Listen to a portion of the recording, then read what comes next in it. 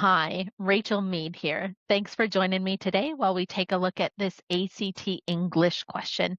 This is going to be a pronouns question, and this falls into our category of being precise. Now, remember, every single time on the ACT, when it's asking us about what is grammatically acceptable, in this case, it's always most grammatically acceptable, we only need to read period to period where our underline is. And in this case, I can see I've got some changes in my answer choices. He watches, he or she watches, Samson watches, and you watch. Let's figure out how we're going to work through this one. The GPS unit attached to Samson's collar records the dog's precise location so that Lopez can catch up to him and find the herbaceous plant with the bluish green stem, pulling it up as he watches, eager for his reward. Now, this is a really common ACT question in terms of how the test writers are trying to trick you. And they're trying to trick you because they know you're smart, they know you're intelligent, they know you can put context clues together.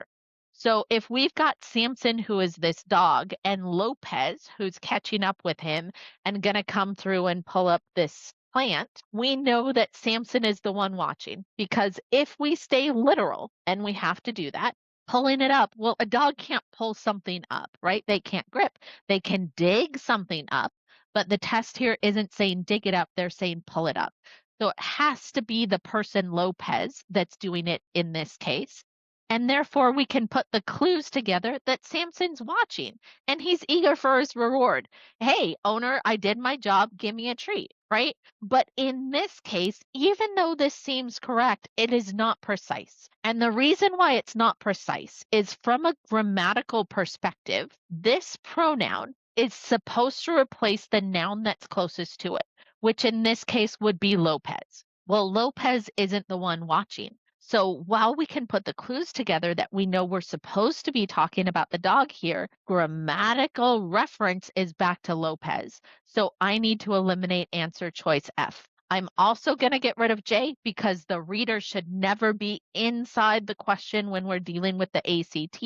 We do not get more precise when we're dealing with G. So while this is not concise, which we know is something the ACT says is important, Samson is the only one that is precise. And whenever there is a doubt of who or what the pronoun can be referring back to, it is our job, in order to earn this point, that we make it 100% transparent and clear about what the pronoun is referring back to. And that means frequently we're going to have to put our noun back into the sentence in order to increase that transparency and that precision. Watch out for this trap on future questions and don't let those test writers steal your points. See you soon.